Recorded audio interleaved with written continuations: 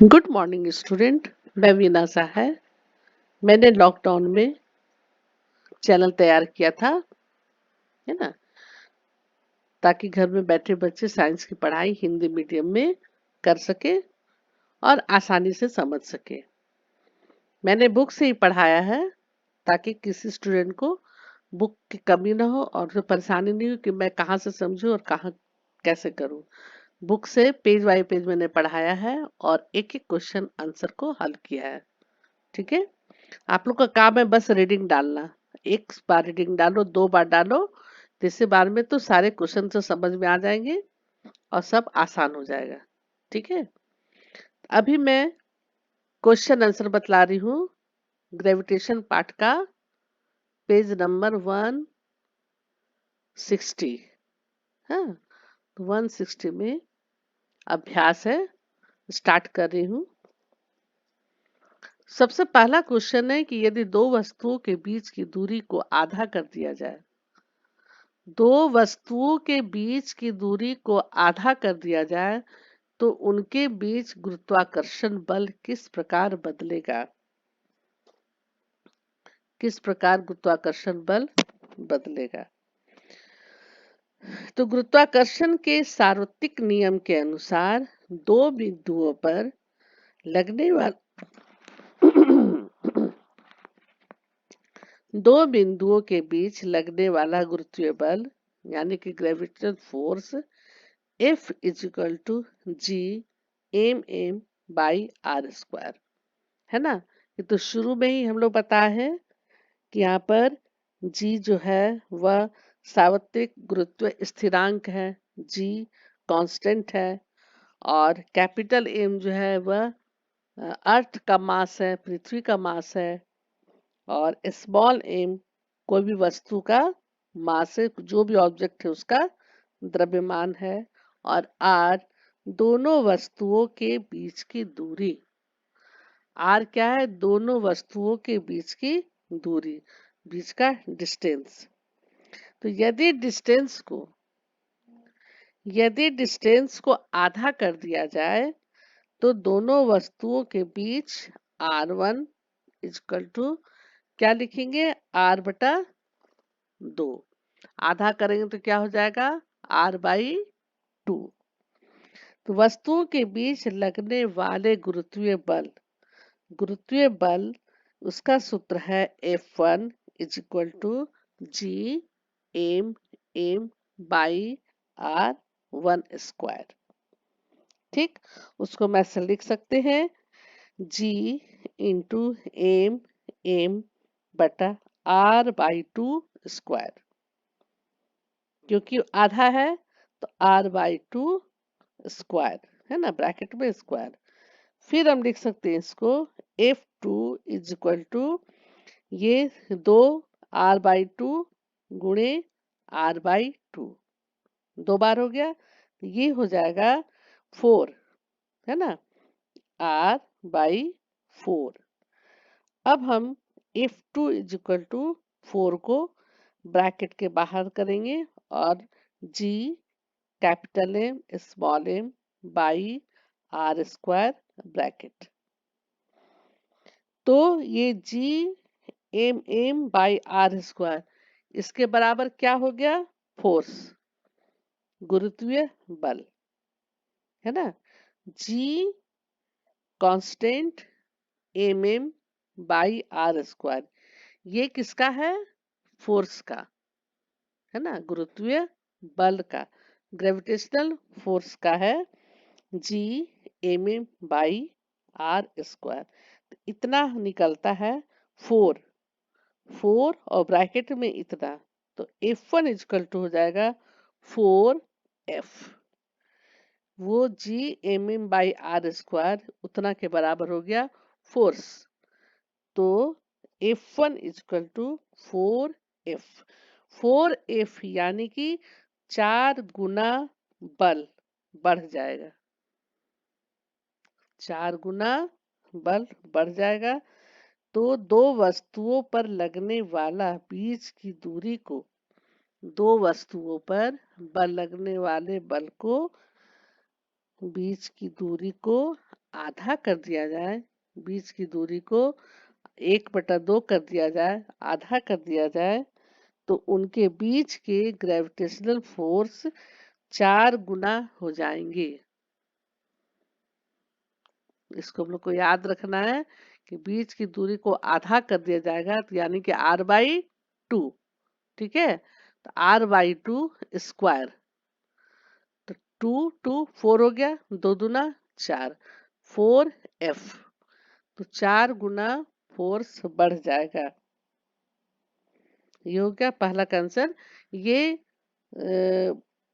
मतलब बता के हो सकता है, इसलिए मैं बता रही हूँ, आगे मैं करके दिखलाऊंगी, है ना। ये तो कर सकते हैं हम लोग, मौखिक बोल के बता सकती हूँ, इसलिए मैं बता रही हूँ, आगे मैं कॉपी में सॉल्व करके बतलाऊंगी। सेकंड क्वेश्चन है कि सभी वस्तुओं पर लगने वाला गुरुत्वीय बल यानी कि ग्रेविटेशनल फोर्स उनके द्रव्यमान के समानुपाती होता है, उनके द्रव्यमान उनके मास के प्रोपोर्शनल होता है। फिर एक भारी वस्तु हल्की वस्तु के मुकाबले तेजी से क्यों नहीं गिरती? जब द्रव्यमान के समानुपाती होता है, फिर एक भारी वस्तु हल्की वस्तु के मुकाबले तेजी से क्यों नहीं गिरती है? इसका आंसर है कि सभी वस्तुओं स्वतंत्र रूप से पृथ्वी की ओर गिरती हुई किसी वस्तु का त्वरण होता है F is equal to Gm/r², है ना, त्वरण G/r²।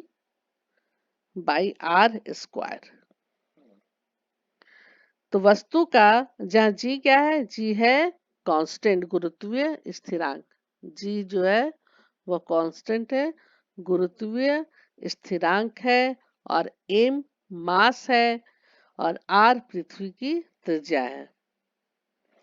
तो स्वतंत्र रूप से गिरती हुई वस्तु का त्वरण वस्तु के द्रव्यमान पर निर्भर नहीं करती है।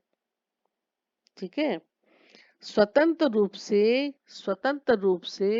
गिरती हुई वस्तु का त्वरण वस्तु के द्रव्यमान पर निर्भर नहीं करती है, यानी कि उसके मास पर, उसका मास ज्यादा है या कम है, उसके द्रव्यमान पर निर्भर नहीं करती है। अतः भारी हो तथा हल्का वस्तु दोनों साथ साथ गिरती है, दोनों साथ साथ गिरती है। ठीक है, ये नहीं कि उसका मास जो है वो कम है या उसका मास ज्यादा है तो वह अलग अलग पर गिरेगा। स्वतंत्र रूप से गिरती हुई वस्तु का त्वरण वस्तु के द्रव्यमान पर निर्भर नहीं करता है। अतः भारी तथा हल्का वस्तु दोनों साथ साथ गिरते हैं। ये नहीं कि भारी वस्तु हल्की वस्तु के मुकाबले तेजी से गिर जाए, वैसा नहीं होता है।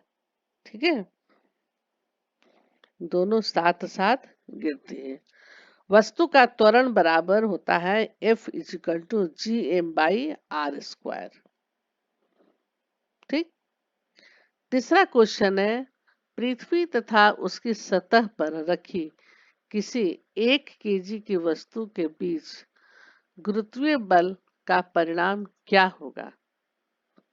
जबकि पृथ्वी का द्रव्यमान 6 × 10⁻24 kg है तथा पृथ्वी की रेडियस r 6.4 × 10⁻6 मीटर है ना। तो ये कहता है कि पृथ्वी तथा उसकी सतह पर रखी किसी 1 किलो की वस्तु के बीच गुरुत्वीय बल का परिणाम क्या होगा, जबकि पृथ्वी का द्रव्यमान इतना इतना है। तो इसका आंसर होगा कि पृथ्वी तथा उसकी सतह पर रखी गई वस्तु के बीच गुरुत्वीय बल का परिमाण, गुरुत्वीय बल का फोर्स का गुरुत्वीय बल का परिमाण होगा पहले हम सूत्र लिखेंगे, है ना। F is equal to G into M m by r square, जहां पर जी हमारा कांस्टेंट है और जी कितना दिया हुआ है 6 पॉइंट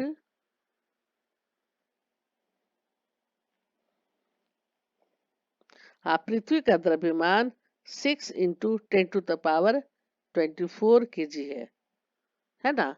और पृथ्वी की त्रिज्या 6.4 इंटू 10⁻6 m है।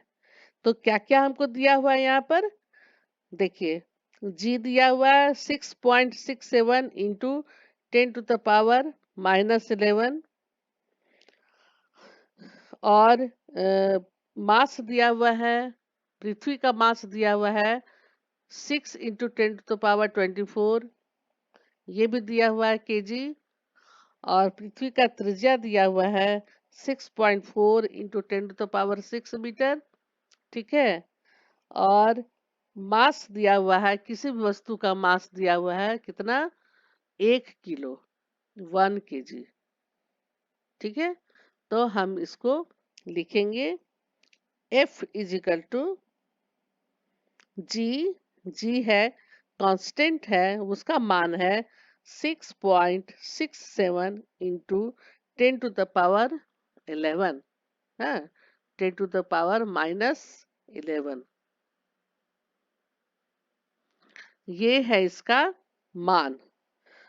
तो जी का मान हो गया 6.67 इंटू 10⁻−11 गुणा किसका हो जाएगा मास, पृथ्वी का 6 into 10⁻6 into 10⁻6 into 10⁻24 kg into mass M, ये है 1 kilo into 1 kg by r square, है ना, आर स्क्वायर।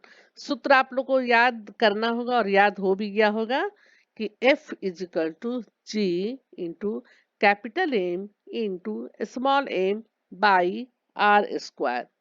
ये सूत्र आप लोग को याद हो गया होगा। तो नीचे जो R है, R की जगह पर लिखेंगे हम 6.4 इंटू 10⁻6 मीटर होल स्क्वायर, ये क्या हो जाएगा होल स्क्वायर हो जाएगा। और जब हम पूरे को सॉल्व करेंगे, सबको गुणा करेंगे, तो इसका आंसर आएगा, ग्रेविटेशनल फोर्स आएगा 9.8 न्यूटन, ठीक है। आप लोग घर में इसको कैलकुलेट कीजिएगा पूरा लिखने के बाद, तो देखिएगा कि आएगा 9.8 न्यूटन। फोर्स का मात्रक क्या होता है, न्यूटन। हाँ, तो पृथ्वी तथा उसकी सतह पर, पृथ्वी तथा उसकी सतह पर रखी हुई किसी 1 किलो की वस्तु के बीच गुरुत्वीय बल का परिमाण होगा 9.8 न्यूटन। ये जरा सा भी भारी नहीं है, इसलिए मैंने मौखिक करके आप लोग को समझा दिया और उम्मीद है कि आप लोग समझ गए होंगे। सिर्फ फॉर्मूला लिखना है F is equal to G into capital M small m by r square, ठीक है। तो कैपिटल एम हो गया पृथ्वी का द्रव्यमान, और स्मॉल एम हो गया 1 kg वस्तु का द्रव्यमान, और आर हो गया इतना होल स्क्वायर। और ग्रेविटेशनल फोर्स का जो कांस्टेंट जो है हमारा, वो है दिया हुआ 6.67 इंटू 10⁻−11, ठीक है। तो ये हो गया कि 1 किलो वस्तु के बीच गुरुत्वीय बल का परिणाम 9.8 न्यूटन, ठीक है। उम्मीद है कि समझ में आ गया होगा आप लोग को। अब है चौथा क्वेश्चन।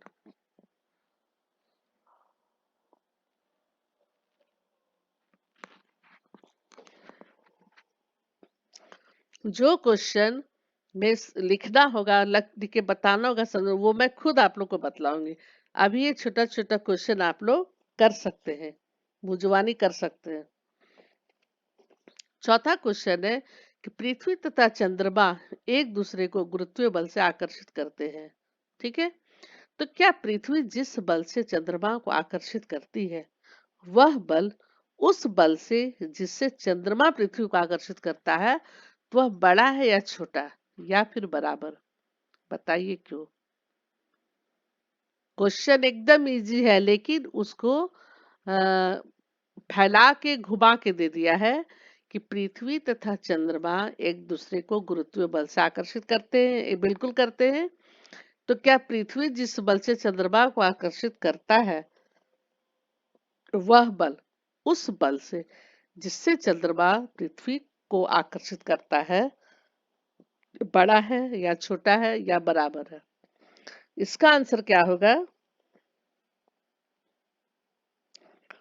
न्यूटन की गति तीसरे नियम के अनुसार, है ना, गति के तीसरे नियम के अनुसार क्रिया तथा प्रतिक्रिया दोनों बराबर होती है। क्रिया तथा प्रतिक्रिया बराबर होती है तथा विपरीत दिशा में होती है। क्रिया तथा प्रतिक्रिया बराबर तथा विपरीत दिशा में होती है।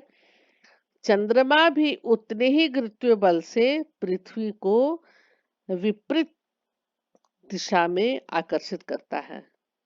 चंद्रमा भी उतने ही ताकत से, उतने ही बल से, गुरुत्वीय बल से पृथ्वी को विपरीत दिशा में आकर्षित करता है और पृथ्वी और चंद्रमा एक दूसरे को बराबर गुरुत्वीय बल से आकर्षित करते हैं।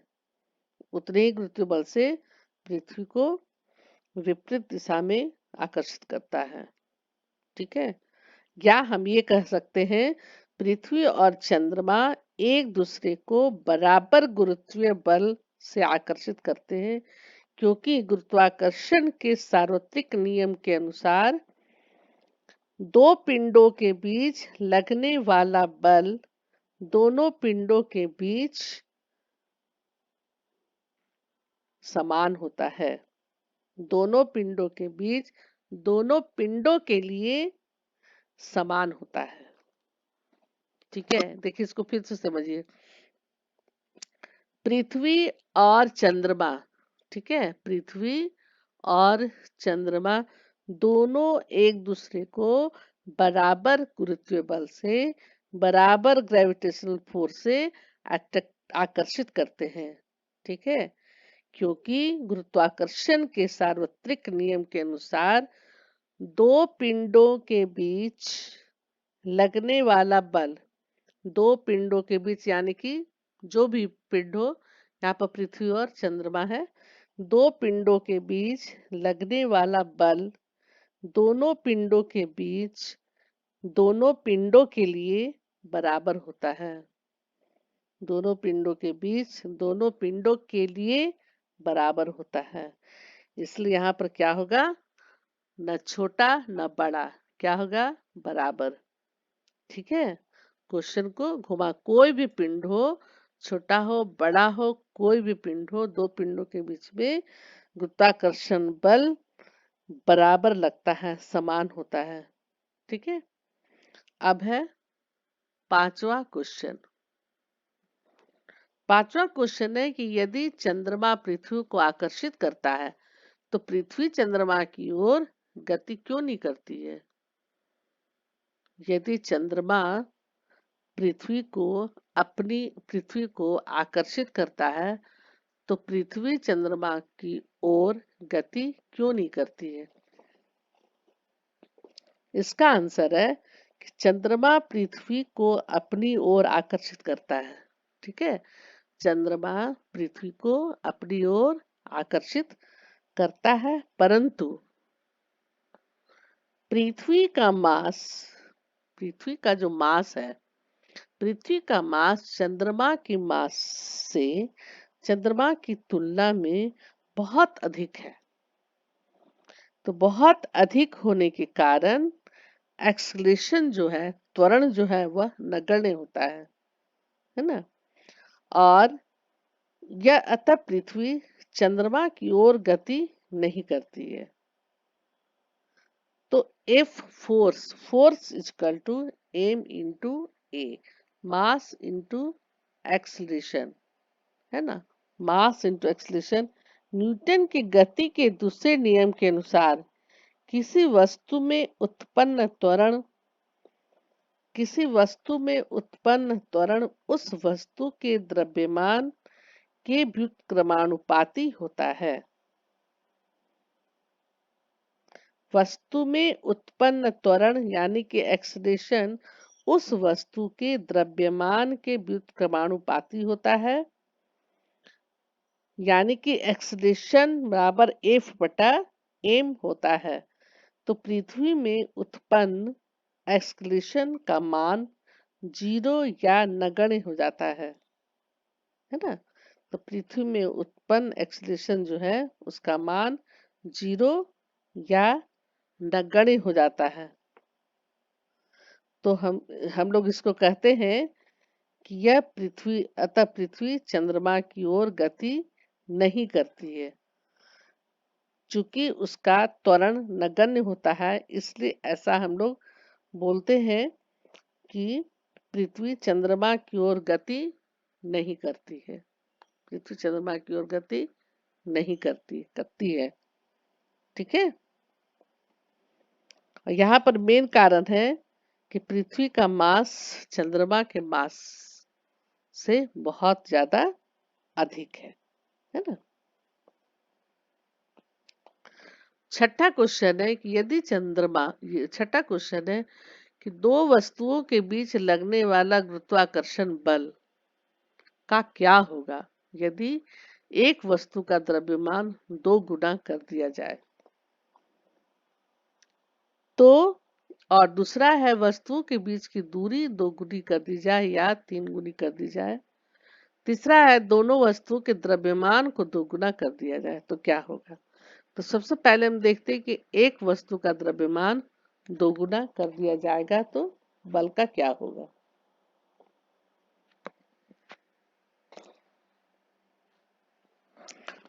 तो सबसे पहले हम लोग उस बल का पहले हम लोग फॉर्मूला लिखेंगे, है ना। कौन सा फॉर्मूला, गुरुत्वाकर्षण बल का जो परिणाम होता है, गुरुत्वाकर्षण बल का फॉर्मूला यहाँ पर F is equal to G M m by r square, है ना। इसको पहले हम लोग लिख लेंगे। ठीक है। जी हो गया सार्वत्रिक ग्रेविटेशनल कांस्टेंट, एम हो गया वस्तु का द्रव्यमान, स्मॉल एम भी वस्तु का द्रव्यमान, और आर हो गया दोनों वस्तु की दूरी। तो पहला में हमको क्या लिखना है कि एक वस्तु का द्रव्यमान 2 गुना कर दिया जाए।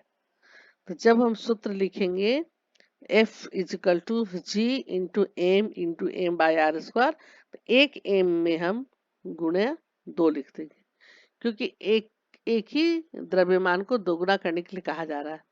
एक वस्तु का द्रव्यमान दोगुना कर यानी कि एम इंटू 2m दोगुना कर दिया जाएगा तो क्या हो जाएगा, फिर सूत्र वही g into M m by r square इतना बराबर F होता है। तो ये हो जाएगा gravitational force equal to 2F।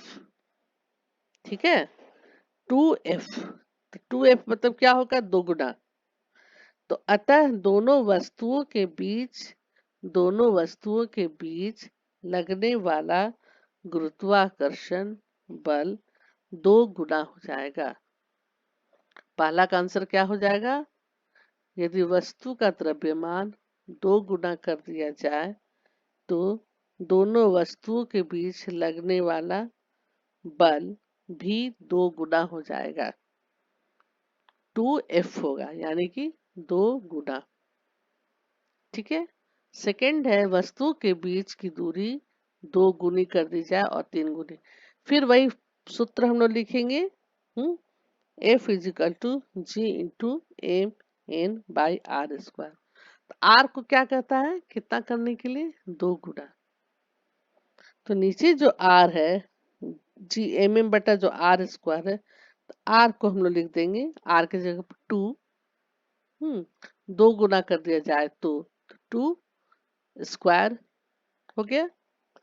तो जब 2 स्क्वायर हो गया तो उसी तरह हम फिर लिखेंगे F is equal to G M m by 2r square. फिर उसको सॉल्व करेंगे तो क्या हो जाएगा 4, 1/4। तो फिर F is equal to 1/4 F। F is equal to 1/4 F, यानी कि 1/4 हिस्सा बल का लगेगा, रह जाएगा 1/4 हिस्सा। तो कैलकुलेशन करने के बाद हम क्या देखते हैं कि जब हम त्रिज्या को डबल कर देते हैं, बीच की दूरी को r को दोगुना कर देते हैं तो हो जाता है 1/4।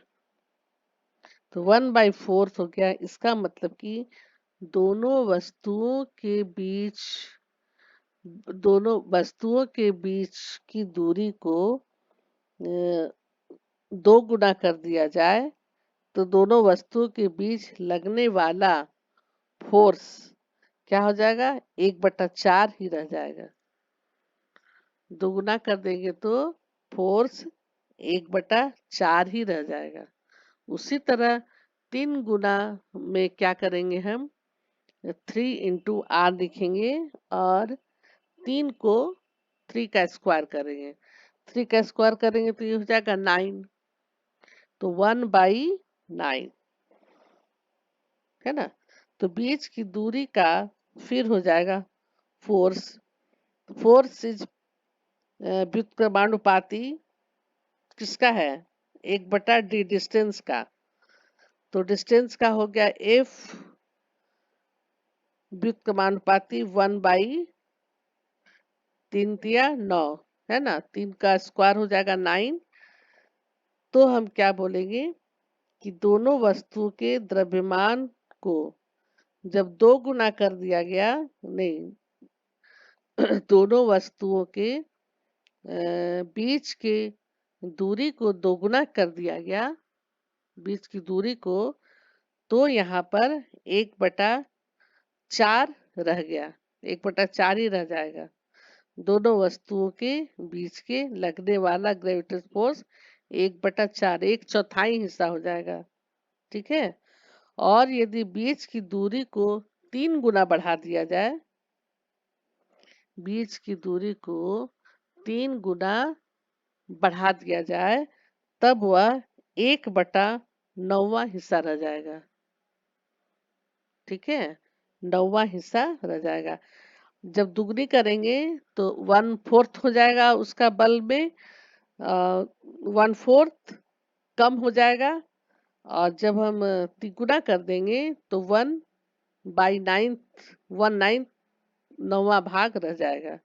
ठीक है। अच्छा, और तीसरा है कि दोनों वस्तुओं के द्रव्यमान को दोगुना कर दिया जाए तब क्या होगा। तो यहाँ पर हम क्या करेंगे, दोनों वस्तुओं के द्रव्यमान को, यानी कि दोनों एम को हम 2-2 से गुणा करेंगे तो फिर वही होगा सूत्र, F is equal to G into M m by r square. तो G इंटू एम एम क्या हो गया, दोनों दुगना, दोनों वस्तुओं के द्रव्यमान को दो गुना, दो गुना माने 2m इंटू 2m, है ना। जैसे बोल रहे हैं तो उसको आप लोग कॉपी में लिखते जाएगा तो आसानी से वो मैथ बन जाएगा, सम्स बन जाएगा।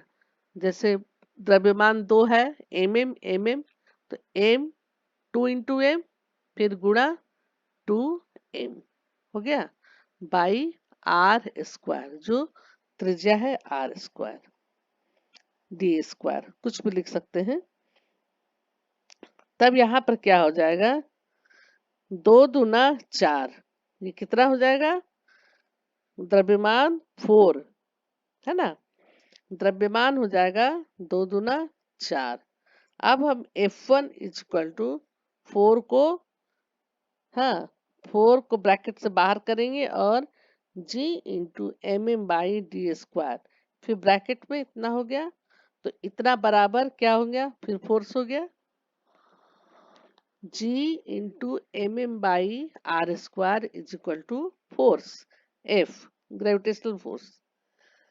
तो दोनों वस्तु के द्रव्यमान को जब हम बढ़ा देते हैं तो क्या हो जाता है, F1 is equal to 4F। 4F यानी कि 4 गुना बढ़ जाएगा, 4 गुना बढ़ जाएगा। क्या बढ़ जाएगा? गुरुत्वाकर्षण बल 4 गुना बढ़ जाएगा। कब? जब हम दोनों वस्तुओं को डबल कर देंगे तब। दोनों वस्तुओं के मास को डबल कर देंगे, दोगुना कर देंगे, तो गुरुत्वाकर्षण बल भी 4 गुना बढ़ जाएगा। ठीक है, 2 गुना कर देंगे तो 4 गुना बढ़ जाएगा। 2 गुने 2, 2m इंटू 2m, क्या हो गया? 4। तो ये 4 गुना बढ़ जाएगा। ठीक है, तो ये बस थोड़ा सा समझने का ट्रिक है। छठा क्वेश्चन भारी नहीं है। वस्तु का द्रव्यमान एक ठो को यदि हम दो गुना करेंगे, एक वस्तु को जब हम दो गुना किए थे तो ये कितना बढ़ गया था? दो गुना हो गया था, 2F हुआ था। पहला वाला याद कीजिए, 2F हुआ था, दो गुना बढ़ जाएगा। ठीक है, जब हम दूरी को दुगना कर दिए तो 1/4 हिस्सा हो गया। यदि दूरी को 3 गुना कर दिए तो 1/9वां हिस्सा हो गया। यदि दूरी को हम 4 गुना कर देते तो 1/16वां हिस्सा होता। ठीक है, आर को हम स्क्वायर करते जाएंगे, बदलता जाएगा। यदि वस्तु के बीच की दूरी को हम 5 गुना कर देंगे तो 1/25वां भाग हो जाएगा। तो ये हो गया सेकंड का आंसर। और थर्ड का, यदि दोनों का मास बढ़ा देंगे, दोनों वस्तु का, जब एक का हम बढ़ाए थे तो दोगुना हो गया था, एक का मास बढ़ाए थे तो दोगुना हो गया था। तो जब हम दोनों का बढ़ाएंगे तो क्या हो जाएगा? 4 गुना हो जाएगा, है ना। दोनों का बढ़ाएंगे तो 2 गुने 4, 2 दूने 2, 4। तो 4 गुना बढ़ जाएगा गुरुत्वाकर्षण बल, 4 गुना बढ़ जाएगा। बस आज यही तक रहने देते हैं। ठीक है, फिर नेक्स्ट वीडियो में क्वेश्चन नंबर 7 से स्टार्ट होगा। ठीक है, उम्मीद है कि आप लोग को 1 से 6 तक समझ में आ गया होगा। और फिर 7 से मैं अगले वीडियो में डालूंगी। तब तक के लिए आप लोग को गुड बाय। आप लोग इसको बनाइए, समझिए, कमेंट कीजिए, सब्सक्राइब कीजिए। ठीक है, चलिए, थैंक यू, बाय।